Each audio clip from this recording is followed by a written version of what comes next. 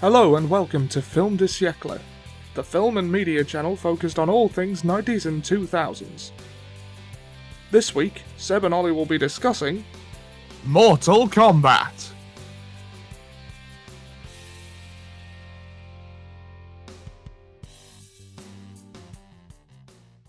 Hello and welcome back to Film du Siècle, the film and media discussion channel where we talk about all things 1990s to 2000s. And today, it doesn't get any more 1990s to 2000s than the video game series Mortal Kombat, which has been immortalised in movie form. The original Mortal Kombat movie is about as 90s as 90s. Oh yeah. I mean, this is Batman and Robin levels of 90s. Mortal Kombat, said very loudly. That was like the best thing for me, watching that movie, even back then. It was the soundtrack. I think the theme tune is a large part of the reason that the legacy of this movie endures, if you will. It's like Shaft. The theme tune sort of superseded the actual movie in terms of popularity. Oh, definitely. I mean, you could play this in a club and people would love it. It's just one of those, it will always be good. It will always be a banger. Yeah. That's not to say the film is bad. No, I remember liking the film. I've only seen it once, and that was when I was about 7 or 8 years old. No, I remember you watched it with me once. Did I? Yeah, because Goro at one point says, "You fool," in a way that's very similar to how General Grievous says, "You And fool." he's, of course, got the 4 arms, hasn't he? Yeah, and so I wanted to show you that specific bit, so I put on the entire film just so that you would see Apparently it. I've seen it twice, then. Do you not remember that at all? No. Well, I remember watching it when I was 8. What I did is I was allowed to rent 2 movies, and I was allowed a pizza. So I had the pizza, and I rented Batman and Robin, it was Batman Forever, sorry. I rented Batman Forever, and I rented Mortal Kombat. So, I remember liking it. I don't remember watching it again, even though apparently I watched it again with you. I remember the theme tune very well, because it's a very good theme tune. Who doesn't? I never really played the games, but I kind of like what they're about. They're fighting games. They've got a bit of skill to them, haven't they? You've watched me stream the latest one. Yeah, and they often finish characters in very creatively violent ways, which is always amusing to watch. And the video games came from the late 80s, did they, originally? Like there were arcade games? No. I think early 90s. Okay. I think it was the early 90s. So these are like films du siècle through and through. My first experience with this movie may have been my first experience with Mortal Kombat, but I don't remember. Because it was in the space of the same weekend that Dad rented from Blockbuster for me and my brother both... We rented from Blockbuster? Both Mortal Kombat, the film, to put on the video, and... I think it may have been Mortal Kombat Trilogy or one of the early PlayStation Mortal Kombat games for the PlayStation. I remember my brother was trying to figure out which one Sub-Zero was supposed to be because you didn't see names on the character select screen. He was the bluish one with the mask, wasn't he? Yeah. Yeah, He was the Ice Ninja. Yeah, I mean, that's good because you can rent the movie and you can play the game at the same time. Yeah. That's the movie doing its job. Yeah, and that night we put on the Mortal Kombat film for the first time, and I honestly don't remember which one we did first. Yeah, because I've only seen the first one, but what are your memories of this particular movie? Well, I remember seeing Robin Show as Liu Kang in it. Now, pretty much one of my favourite films at the time as a kid was Beverly Hills Ninja, starring Chris Farley. Yes. And he is also in that as Chris Farley's much more competent adopted brother that keeps having to bail him out when he screws up, which is always brilliant. I mean, you don't really see that many martial arts movies these days, do you? No. Beverly Hills Ninja was 1997, by the way. Yeah. I mean, the last really popular series of martial arts movies I can think of are the Matrix movies, I suppose. I mean, yeah, those are probably the biggest ones. I mean, what's there really been since? I don't know. I'm sure stuff has happened. There was, Crouching Tiger, Hidden Dragon was one. Oh, yeah. I seem to remember. I remember that. Kill Bill. Oh, yeah, Kill Bill. Yeah. Although that was 2001, 2002. Yeah, I can't think of anything in the last 10 years, really. That was around the same time as the Matrix sequels, wasn't it? Yeah, I mean, obviously they would have been developed independently of each other, but they both came around the right time to piggy-tail off each other, I suppose, if that makes sense. Yeah. Because it was a popular sort of thing at the time. And do you know what? Mortal Kombat's got a similar sort of appeal to the Matrix in a way, sort of a science fiction-y setting, lots of very good spectacle in terms of the fighting scenes. Yeah. Now, I know the story of Mortal Kombat is really stupid, but So is the story of the Matrix, to be honest. yeah, but I really like the premise. It's my favorite fighting game premise. The way they go about the lore of that franchise. I'm not a massive lore expert on Mortal Kombat, but To my understanding, the basic premise is that there's a tournament every year to decide who controls no, the universe. it's every 50 or so years. Oh, is it? I thought it was every year. Sorry, I thought it was annual. Once a generation, it says in the film. I see. So it's a once-a-generation sort of tournament where people fight and whoever wins has control of the different universes. Well, they explain this in the film, but the thing is, there's this world called Outworld, which used to be just like any other world, but it's been taken over by a totalitarian conqueror being called Shao Kahn, who wants to take over everything, and the Elder Gods have created Mortal Kombat to give the other universes or realms a chance to defend themselves. He has to win 10 times in a row before he's allowed to conquer them. That's brilliant. I like how there's checks and measures in this universe of really powerful beings. Yeah. I mean, he's come a long way since he needed a small child's help in order to start fire. I think you might... No, that's Shere Khan. Oh, the tiger, yeah. Very easy to get those two mixed up, I see. Yeah, but that's pretty much my favourite fighting game premise, and... It's good because it's contrived, but also it contrives to make the story make sense, if that makes sense. Yeah, I mean, the story goes 8 ways bananas apart from that, but, But that's what you're here for. You're there for the rides, you're there for the spectacle, you're there for the silliness, you're there for the, brutal sort of kills. This was the most faithful video game adaptation for a long time. Or at least the most faithful that's widely known about. I hear a lot of people saying that. Well, that got it a following, I suppose. And up until relatively recently, video game adaptations have had a really bad reputation. Yeah, and not unwarranted either. I thought Prince of Persia was alright, but apparently it wasn't faithful. Yeah, that was alright. It was entertaining enough. I saw it once. Mind you, I only played the game for quite a while after I saw the film, so perhaps my perspective was wrong. Ironically, Persia is now a republic called Iran. So that idea didn't stick around that long, did it? No, apparently not. No.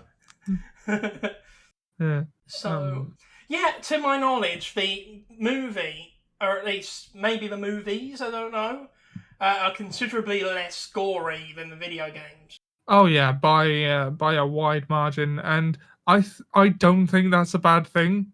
Yeah. I mean, like, this one is stylistically, it's thematically gory. Like, it manages to get away with a lot by being implied gore. But that and having kind of shit effects, so it doesn't really look that bad. Yeah, so the gore is implied, basically. Yeah. Which is fine. I mean, some of the deaths, the fatalities that you'd see in the video games are itchy and scratchy levels are ridiculous, so it makes sense that they wouldn't work in live action. Yeah, I don't want to see that in a live action movie, and it would be funny, but it wouldn't really serve the plot or the narrative in any way. It would be kind of immersion breaking. Yeah. Like, imagine writing that in a script. Interior fighting arena. She kicks off his head and then blood spouts out like a fountain. And she dances in the fountain like Footloose. Our hero Liu Kang kicks the top half of a person off and then destroys their falling organs with nunchucks before turning into a dragon and biting someone else in half. See, it's a symbolic transformation into a dragon, not to be taken literally. That's not until Mortal Kombat Annihilation. Oh god, we're gonna have to do that one as well now, aren't we? Yeah, yeah. But it's funny that we say about that thing about turning into a dragon. I like how Japanese media, as opposed to Western media, uses a lot more symbolism in its imagery. Yeah. I mean, not everything's to be taken literally, and I do kind of admire that. Getting back to the movie, it's a very faithful adaptation of the premise. The characters even look mostly like they're supposed to, with one giant Christopher Lambert shaped him. I'm not even sure if it's Lambert or Lambert. How do you pronounce his I name? think it's Lambert. Might be wrong, but I think it's Lambert. We'll find out. Yeah.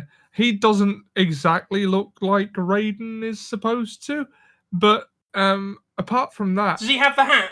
I seem to remember the guy with the hat. yeah, he has the hat at one point. Oh, only Yeah. one point. That's I don't mind that. I think the people who made the games were involved in the movie in some way, or at least I remember seeing their names in the credits of Mortal Kombat Conquest, the TV series. well, they would be, at least for the vision of it, anyway. Yeah. I mean, it'd be some level of consultation, I'd imagine. And I've just got to mention they released for Mortal Kombat 11 DLC costumes for 3 of the characters that gave the, including Raiden, Johnny Cage, Sonya, and Raiden, that gave them the movie voice and look.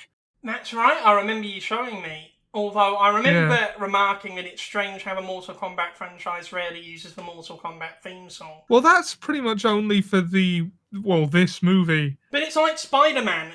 Annihilation 2, and there's a version of it in the TV series, but like this live action venture is really the only thing to use what we know as the Mortal Kombat theme tune. It was never used in the games, and I think it should have That's been. a wasted opportunity. It's sort of like how the Spider-Man song worms its way into every Spider-Man movie one way or another. Like, even if it's just an instrumental or a woman singing it in the underground. Yeah. So, yeah, I'm ready to watch this. I'm curious to see what I'll think of it as a grown adult. Yeah, and this may have led us to erroneously believe Paul W.S. Anderson, I think that was the guy who directed this, was good for making video game adaptations. Yeah, absolutely. Alright, let's give it a watch. Alright. And we are back in the room having watched Mortal Kombat! So, Ollie, did you enjoy Mortal Kombat? I did. I was very familiar with the film, having watched it many times, so it was that again. Although I did notice a few things I hadn't before, because it has been a few years. As for me, though, I did enjoy it. And although I've seen it before, I don't really have any memories of it. I remember specific scenes, like I remembered the fight in the woods with Scorpion. I remembered that. I remembered a few of the set pieces. And I remember the way some of the characters looked. It's like Raiden looking a bit like Lucius Malfoy, for example. Yeah. What was the deal with him sounding a bit like Harvey Firestein? Like? I don't know, I think that's just how Christopher Lambert sounds. What, in real life? It's not a voice he put on? I'm not sure, to be honest. I don't think I've seen him in anything else. I can't enter Mortal Kombat. My mother would kill me. Harvey Firestein. That would be brilliant casting. I would love that. But yeah, what I liked about it is it was quite concise. Its plot was very bare bones, which you'd expect being a video game movie, but it wasn't to the detriment. It let you get straight to the action. It set things up quite quickly. It didn't waste your time. It gives you just enough to set up the premise, and then once the tournament starts, it's literally one fight scene after another. Yeah, I mean, some timestamps I made note of. 7 minutes in, we know that they're recruiting Johnny Cage. 10 minutes in, the American guy goes from not believing in fighting to, well, actually, yeah, I will fight. No, it's not that he doesn't believe in fighting, it's that he doesn't believe Mortal Kombat's real. It's like, okay, well, it is real. I think that was the thing that they imply with Liu Kang, although he does seem to go along rather readily very quickly. Yeah. I mean, we get our first fight 11 minutes in, if you don't count the whole nightclub in Hong Kong. Although, again, like The Matrix, there's a nightclub in the very beginning to set the tone that this is going to be a edgy adult thing. Even though it's not really. Although that's more of a shootout than a fight. Yeah. But I think it was the only use of guns in the whole movie. Yeah.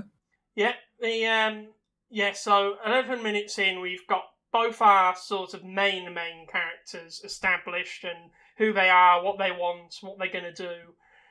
27 minutes in, we've got our third fight. 45 minutes in, and they kill the Cockney. Because, yet again, there is a Cockney in this movie who asks for money, is greedy, and pays for it with their life. Yeah. This is a trope. Yeah, that's true. Yeah, although I think he actually lasted longer in his fight than Goro did. Although I think Kano is supposed to be Australian. Oh, and they just got Cockney because that's the closest they could get. They cockneyed him for the film. Yeah, it's like, oh, Australians, we're not untrustworthy enough. I've got to be Cockney. Yeah. Yeah, I like how you've got several main characters and they're established quite well. You know enough about them. Nothing really feels that out of character. You know what their motivations are.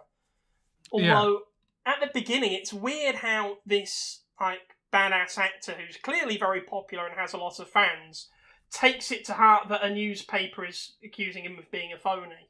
I mean, especially since he's an actor. Yeah, I mean, imagine him in the 21st century. You know, he wouldn't last a minute with rage bait media. And, you know, he wouldn't last, would Yeah. So, okay, I've got to prove YouTube clickbait. Yeah. Johnny Cage is a phony. More details inside. Yeah. But I like how, to prove that, he enters a tournament to save the world, and how a stunt actor, who's clearly very capable, to be fair, is obviously the best person to save all of existence from evil people. Well, he's recruited by Shang Tsung in disguise as his old teacher, I think. So my thinking is that Shang Tsung assumed that he would die in the tournament, so he recruited him onto their team for that reason. So basically, he loaded the tournament with people who he thought he could beat. Yeah, I think that's where he was going. Like, I mean, he employed Kano to try and get Sonya to go as well. And at the end of the film, he challenges her specifically because he knows he can beat her. But is there a minimum number of people to run Mortal Kombat? Like, if you don't have enough people, will it just not fire? Because all he had to do was not invite anybody, and he would win by default because not enough people would enter to challenge him. No, I think there has to be a tournament. Yeah, but can't you just do a tournament with the minimum number of people? And just, none of the others showed up. Does this mean we win by default? Yeah, you could just sabotage the boat. You know, put a hole in the boat. Funnily enough, I don't think that's ever come up in the Mortal Kombat lore. Mortal Kombat, except Shang Tsung wins because he sabotages the boat that they used to get there. So, okay, no one turned up, I guess I'll win. Yeah. Why does that never happen? I don't know.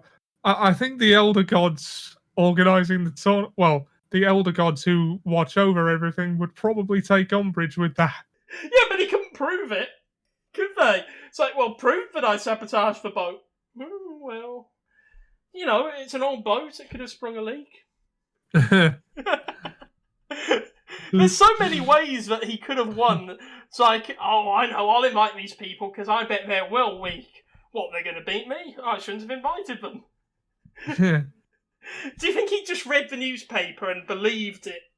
It's like, it says here that Johnny Cage is a phony. I'm going to invite him to the tournament just to humiliate him publicly. Yeah. I like how he cares that much about Hollywood drama that he would do that, despite being in a position of great power on a interplanetary level. Because, he is clearly trying to orchestrate the tournament as much as possible, because of the 3 protagonist fighters for Earthrealm, 2 of them are there because he tricked them into being there. So are there quotas, like he can only have 3 people from Earth, or... Oh no, there were loads of people from Earth, it's just most of them got off-screen killed by Goro. Yeah, so... That's really weird. And then one of them got on-screen killed by Goro and everyone acts distraught, even though only Johnny Cage has had precisely 1 scene with him. That was a weird scene where Goro fights the guy who looks a bit like Turk from Scrubs. I think it's Turk, isn't it? I've never watched Scrubs. Yes, I think Turk is the one to whom you are referring. Yeah, but they have this fight, and they sound really half-hearted when they're sort of supporting. Yeah, you can do this. They know that he's going to die, but they're just going through the motions. Like, yeah, you can win. I believe. And then when he does die, they're like, no! No, they're not. The only person who is Sonya. She was really upset and everyone else was just indifferent. But I don't think Sonya's ever met this guy. Johnny Cage screamed no as well when Shang Tsung sucked his soul into his eyeball. Oh, okay. I must have missed that part. But was it just like, oh, they expect me to react strongly to this, so I'm just going to go, no. I mean, it was a less distraught no than Sonya's, but it was still pretty... No! But I like how Liu Kang was just like, oh, alright, that happened. And Sonya was acting like it was her own brother or husband that got killed. Yeah. Something like that. Despite the fact that we've never seen them two interact before. No! Random person! It'd be like if in Attack of the Clones, Anakin was more upset about the random clone trooper that got knocked out of the gunship than Padme. No! Clone trooper! Anakin, you can't let your personal feelings get in the way. Padme's down there, I'm sure he'll be okay. I can't leave him! We got the prequels next month. We do! A bit of a warm-up. So, yeah, I liked this. It's not exactly going to win some sort of award for the best movie script ever, but it's good enough for what it is. The choreography's kind of hit and miss. There are a lot more quick cuts and close-ups to disguise what's going on than I remember. Yeah, the choreography was either great or terrible. There was no in-between. It's like, I really liked the fight with Scorpion. That was for the most part amazing. But there were a few fights which were a little bit underwhelming. Yeah, like Liu Kang's first fight in the tournament, like they don't give him a named character to fight. They give him just some guy, and they give them both sticks. And that's the only time they give both combatants weapons. And it's just kind of an underwhelming fight. Yeah, everyone else gets a named person to fight, who we assume are characters from the video games. Yeah. Yeah, that's kind of funny. Also, am I the only person who thought the fight with Goro was a bit underwhelming in the end?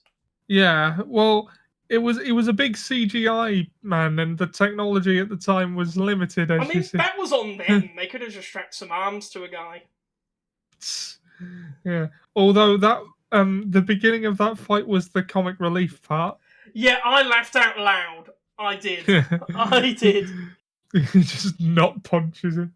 Ollie, how well did the film achieve its goals, and what were they? Well enough, I suppose. I mean, it was a decent adaptation of Mortal Kombat. We certainly haven't had a better one. I mean, it's held in high regard, as far as I know. Yeah, it's I think a lot of that is nostalgia, but there's a reason people are nostalgic for it. Yeah, having said that, other than the theme song, has it really left any kind of lasting legacy? Because, to be honest, I don't think that the video games are significantly more successful for that movie having existed. It's impossible to tell, because they've both been around for a long time. Yeah, I haven't really followed this franchise, so I don't know. I don't know how many people saw the film and then got into the games in that order. I can't remember which order it was for me. No. I can imagine for Western audiences especially, this would have got a lot of people into the games, but I think it was quite a popular game series beforehand anyway. It was, yeah. Yeah, so it was more that the video game promoted the movie than the movie promoting the video game, although... Yeah, well, the video games were very controversial in the early 90s. They were, because they were very violent, obviously, and the whole thing was... Didn't they use, photo animation? Yeah, for the first couple of them, they did. So obviously that was as real as it got at the time. Yeah. Unless you're talking about those CDI games where they have, slideshows of people. But I don't think any of those had gratuitous violence that I know of. Yeah, that's true. But, yeah, I think the controversy for the early games helped them become a lot more well-known in the mainstream. And so then when they did the film, I suppose there would have been a lot of curiosity there. Yeah, I was actually surprised how tame the movie was, actually, considering the reputation of the franchise. Well, they were very clever with the gore in places, weren't they? Like, there's a guy that gets blown apart by Sub-Zero, but he does it as he's frozen, so there's no splatter or anything. No, it was more like a statue falling apart than anything else. Yeah, and well, Shang Tsung does get impaled on a spike, but it's bloodless, and Yeah, I've seen much more violence in things of a... What was the rating of this movie, actually, in the UK? 15, I think. That's really weird, considering I, as an 8-year-old in the UK, was able to rent this, because I think I went into the Blockbusters to rent this and Batman, and nobody stopped me. I have the thing up on Amazon Prime. It says 102 minutes 15, so I assume it's 15. Yeah, do you know what? I would give this movie a 12. Yeah. Then again, yeah. maybe that's just me with my modern sensibilities. I remember the whole controversy with ratings with Spider-Man, where that was given a 12 rating, and they had to introduce the 12A rating just because a lot of the people who wanted to see Spider-Man were under the age of 12. Well, I don't think this merits any more than a 12 either. No. I mean, there is violence, there's a lot of fighting, but it's so impractical, it's not like you could argue that kids could get hurt trying this stuff at home. And obviously the CGI has aged horribly. Yeah, the CGI has, but the special effects and the set design, I would say, actually stand up quite well. Because, like, Raiden looks quite good. Surprisingly, when he does this whole lighting up and the whole electricity thing, I think it looks good enough. I think that Scorpion and almost said Ice-T. What am I on about? Ice-T, Sub-Zero. Yeah. Yeah, Scorpion and Sub-Zero's sort of effects with their respective powers looks good enough. Goro kind of looks good enough in that late 80s, it's believable enough kind of stop motion animation way. You know, it's not exactly Jason and the Argonauts levels of bad, but it's also not like... You see more impressive things in the Star Wars prequels. That's probably why his fight was so short. How long can you make that work without it looking ridiculous? Yeah, I kind of liked the fight in a way, because it is most believable that a movie actor fighting this supernatural being would find his best shot at victory by just sort of cheesing out a victory by getting him close to a ledge he can fall off. Yeah. I mean, at first I thought he was just going to push him off the ledge and that would be it. But there was a bit of an extended fight before that happened. Yeah. And I like how this Hollywood actor is all of a sudden willing to fight to the death, because he very easily could have tried to help him up from the ledge, but he didn't. I mean, then again, I know that it's fights to the death or whatever. Well, it's not always fights to the death, is it? But most of the time it's sort of implied that it's good etiquette to kill your opponent. Am I understanding this right, Ollie? You're expected to kill your opponent, you don't have to. Yeah, so it would be sort of like not tipping a waitress if you let your opponent live. You know, there's nothing illegal about it, it would just be frowned upon in polite society. Perhaps. Yeah, so in terms of its goals, if its goal were to promote and broaden the appeal of the video games, I can see this achieving that quite well, because it's not exactly like it's so violent that it would get a really high rating and not be seen by anybody. I don't know what they would have had to do at the time to make this movie a 12, actually, because it seems to me that 12 to 15-year-olds would, at the time would have been an ideal sort of demographic to watch this. Yeah, Ollie, how does the film hold up today? I wouldn't say it holds up great. It has a very straight to DVD feel to it in terms of the modern day. Obviously, the CGI has aged terribly. Set design is good, as you said, so that holds up pretty well. The acting is fine. The acting's good enough, and I noticed some pretty good actors in this, actually, or some noteworthy ones. Yeah, but the one who plays Sonia was in Billy Madison, which is a movie we mentioned so many times on this channel. I didn't notice that until you pointed it out while we were watching it, and now I'm wondering how I didn't notice. I know, it was super obvious to me. I was like, I'm 99.9% sure I know who that is. And I looked it up, and lo and behold, it was from Billy Madison. I like how she goes through the same character arc as she does in Billy Madison. Explain. Well, she's paired with this guy who's a bit of a jerk, and she's a bit annoyed that he's a bit of a jerk. He proves himself, and she's like, "Yeah, actually, I do like him after all." Okay, yeah. I mean, that does happen. she fights more often than she does in Billy Madison. I will say that. Yeah. But there's not really any martial arts in Billy Madison. No, not really. I mean, there's that one guy who's a wrestler, but other than that, Yeah, and his wrestling only really comes up once. yeah. Yeah, and you've got Kari Hiroyuki Tagawa, who was in Man in the High Castle. He played Tagomi, who was this Japanese ambassador who was one of the main characters. He was like everybody's favourite character in that show. Oh, Kari Hiroyuki Tagawa is just the best. He's great. I was so happy when they the Shang Tsung in Mortal Kombat 11 was him. Yes, I mean he was really good in this. I think he was the show stealer, as it were. Yeah, I concur. Yeah, he was really weird in Man in the High Castle because he was everyone's favourite character. Everybody loved him, and he got killed off screen before season 4. I assume he wasn't available for season 4 for whatever reason, and that was the reason. But it was just really sad knowing that you'd have to watch a whole series of this show without this guy in. Because he was sort of like the Uncle Iroh of that show, if that makes sense. Just sort of a wholesome guy who everybody likes and all the fans like. I might actually watch The Man in the High Castle now. I recommend it. It's a bit of a slog at parts, which is weird considering it's got such a crazy storyline, but I recommend watching it all the way through. I actually like the ending, because a lot of people didn't like the ending, but I thought it was really good and made a lot of sense, but that's just me. Anyway, enough of this review of Man in the High Castle that's been lodged into this review of Mortal Kombat halfway through.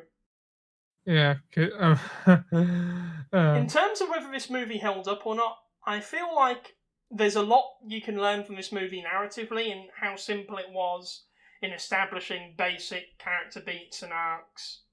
It knows what you're here for. Yeah, like if you're making a Wolf of Wall Street style movie, I recommend not following narrative structure of this one.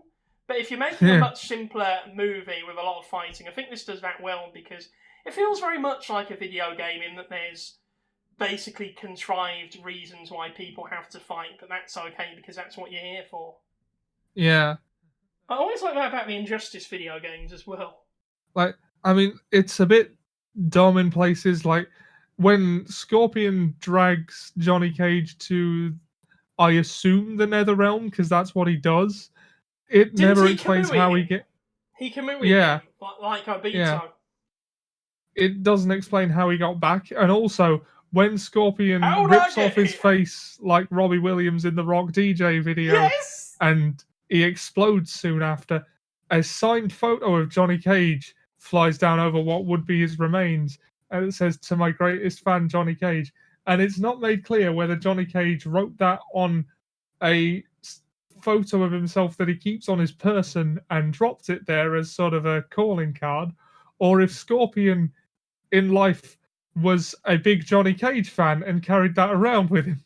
Yeah, that was a bit weird. It's like, I don't know if that's a reference to some sort of finisher from one of the video games. I think in Mortal Kombat 11 you can do that, but I don't know if it was there in any others. Oh, so this was just something they made up for the movie? I don't know. It might have been something that he did in the games. I always mained Liu Kang. Well, in my headcanon, Scorpion was just a massive fan of Johnny Cage. And he just felt really distraught by the fact that he had to fight him and get killed by him. And he didn't mention he was a huge fan. But I like how at one point... Well, he was brainwashed for the duration of the movie. Well, yeah, which is kind of a bit weird when you think about it. But... Yeah, him and Sub-Zero were, because they're supposed to be like mortal enemies. Well, yeah, and they're also colour palette swaps, aren't they, basically? Yeah. Them and Reptile, who in this movie is represented by a bizarre Beetlejuice-esque monster that falls into a skeleton that turns into a ninja. Was he the shapeshifter from earlier? Like the one who was camouflaged and watching them? Yeah. Yeah, that was the same guy, wasn't it? Yeah. Why is this guy called Reptile? When he's killed, he transforms into insects. Insects aren't reptiles. Why don't they just call him Insect? Well, he was the chameleon. thing that followed them around. Because that's what happens when you kill a chameleon. They turn into insects. They turn into insects, Ollie. Did the movie exceed your expectations? Not really. I was very familiar with it, and it was that again. Same for me. It was pretty much what I thought it would be. Yeah. All right then. Yeah, I liked it though. I don't. Yeah. It didn't disappoint me in any way. It was a fun time. Oh, Johnny Cage's gag with sort of slapstick-y thing with the luggage. Oh, I loved that. Yeah, that was quite fun. Why did he bring so much stuff? Also, that stuff never comes up again. It's not like he's... and he sort of abandons his luggage on the stairs because you see him struggling to carry it up, and then he drops a case, and Liu Kang goes, "Do you need help with those?" And the next you see him, he's catching up to them at the top of the stairs, sans luggage. I like how... Yeah, I like how Liu Kang waited until he was halfway up the very tall stairs before he offered to help. Well, the last time Johnny Cage asked him to help with the luggage, he dropped it in the lake. I thought it was going to be like Chekhov's luggage, like where he'd have something very important in one of his suitcases that would come up in the plot later. Ollie, is there an element in this film that particularly appeals? Yeah, it's Mortal Kombat. I like those games. This is a movie of that. It's a pretty decent martial arts movie, or half of it is.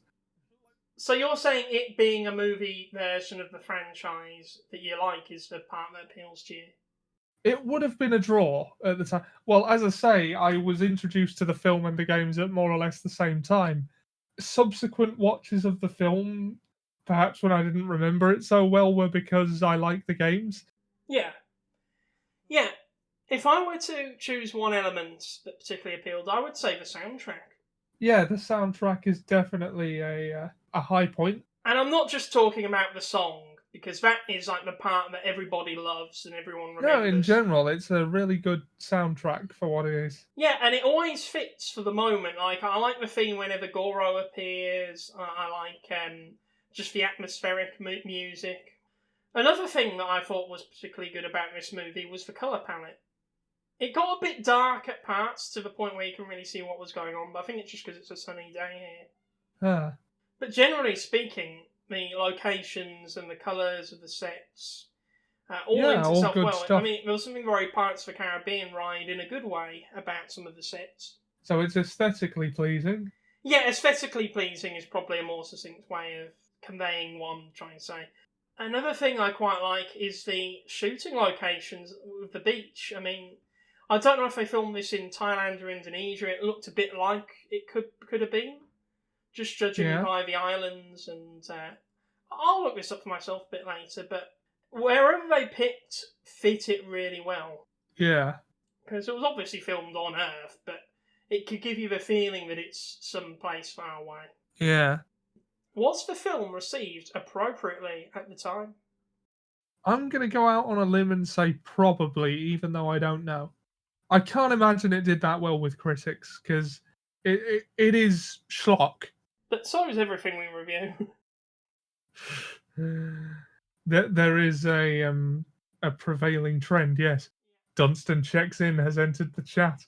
Oh, what was that post you saw online the other day? Oh, the Twitter thing, like, millennials are like, pick one movie that you saw once as a kid that has like 20% on Rotten Tomatoes and basically make that your entire personality. We also made it our entire YouTube channel. But yeah, that is basically us with Dunstan Checks In. We felt called out, didn't we? Yeah, I felt very called out by that tweet. Another thing I'm just going to throw in here, because I didn't mention it earlier, I really like about this movie is straight away with the New Line Cinema logo appearing, they start the music straight away. Yeah, they waste no time with... They just chuck you in the deep end like, oh, this is what you've been waiting for. Also, 10 minutes in, you know who the characters are and what they want. Oh, yeah. And you know who else didn't believe in wasting time? Liu Kang's granddad. What? Do you remember that letter that he got? At the... Yes! I don't know why I haven't mentioned this, but that really tickled me for some reason. What did it say? It just said, brother dead, return home, grandfather. Maybe he was paying for by the word. or by the letter. Yeah, or by the letter, like he was just really cheap. Like, brother dead, return home, bring milk.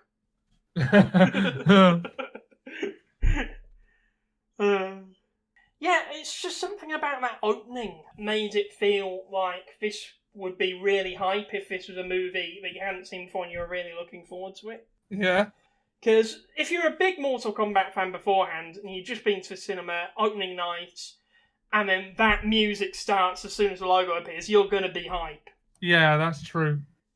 Alright, well, this is interesting. It had a budget of 18 million. Yeah. Which, you know, I think it was used quite economically and quite well because it looks like a more expensive movie than that most of the time. I would have assumed it had more. Yeah, box office, 124.7 million. It's pretty good. So, you know, made tenfold profits, more or less. Well, based on the box office numbers, I'd say the film was received very well at the time. Okay, well, this is interesting. 44% on the tomato meter, which is very similar to The Mummy Returns. I expected less, to be honest. Yeah, but it's on a similar sort of plane with the critics. Okay, here we go. It says, despite an effective otherworldly atmosphere and appropriately cheesy visuals, Mortal Kombat suffers from its poorly constructed plot, laughable dialogue, and subpar acting. I think it's a bit harsh. I mean, the acting and the plot are about as good as it needs to be. A lot of the dialogue is very corny. Yeah. Some of the acting is subpar. Yeah, but that's what causes a lot of the amusement. Yeah, it's part of the charm. Yeah, I mean, I do feel like sometimes critics miss that maybe sometimes that is the objective. Yeah. Well, if not intentional, then it does cause some amount of joy. Some critics tend to look at films very mechanically. Yeah. I doubt that this film would ever be studied in film school, for example.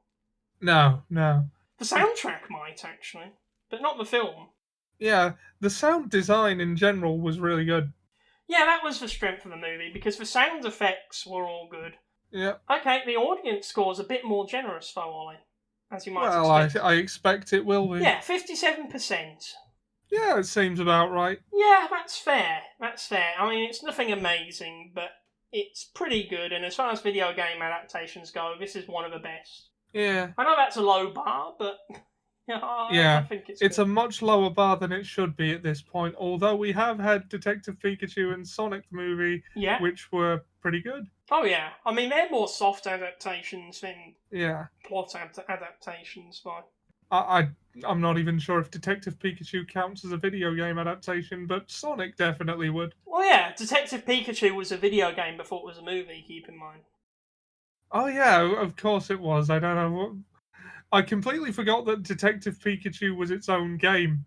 Yeah, it was. Apparently it follows the plot of a video game quite closely at times, which is interesting. Oh. Has Lyndon Ashby been in anything since? Like anything major? That's Johnny Cage, right? Yeah, Johnny Cage. I seem to remember that guy being in Judgment Day. Not that I know of. Hold on, I'm going to look Let's have a look at his filmography, because... Yeah, it's weird that... I mean, he's not an amazing actor, but... You know, I'm surprised I haven't seen him in more things. Mean Girls 2. He was in Mean Girls 2. I didn't even know there was a Mean Girls 2. Nor did I. We might review Mean Girls at one point. That was a very film de siècle era movie. Never seen it. I'm aware of some of the... Well, I'm aware of some of the memes that came from Mean Girls, but... Mean Girls? He was in an episode of MacGyver.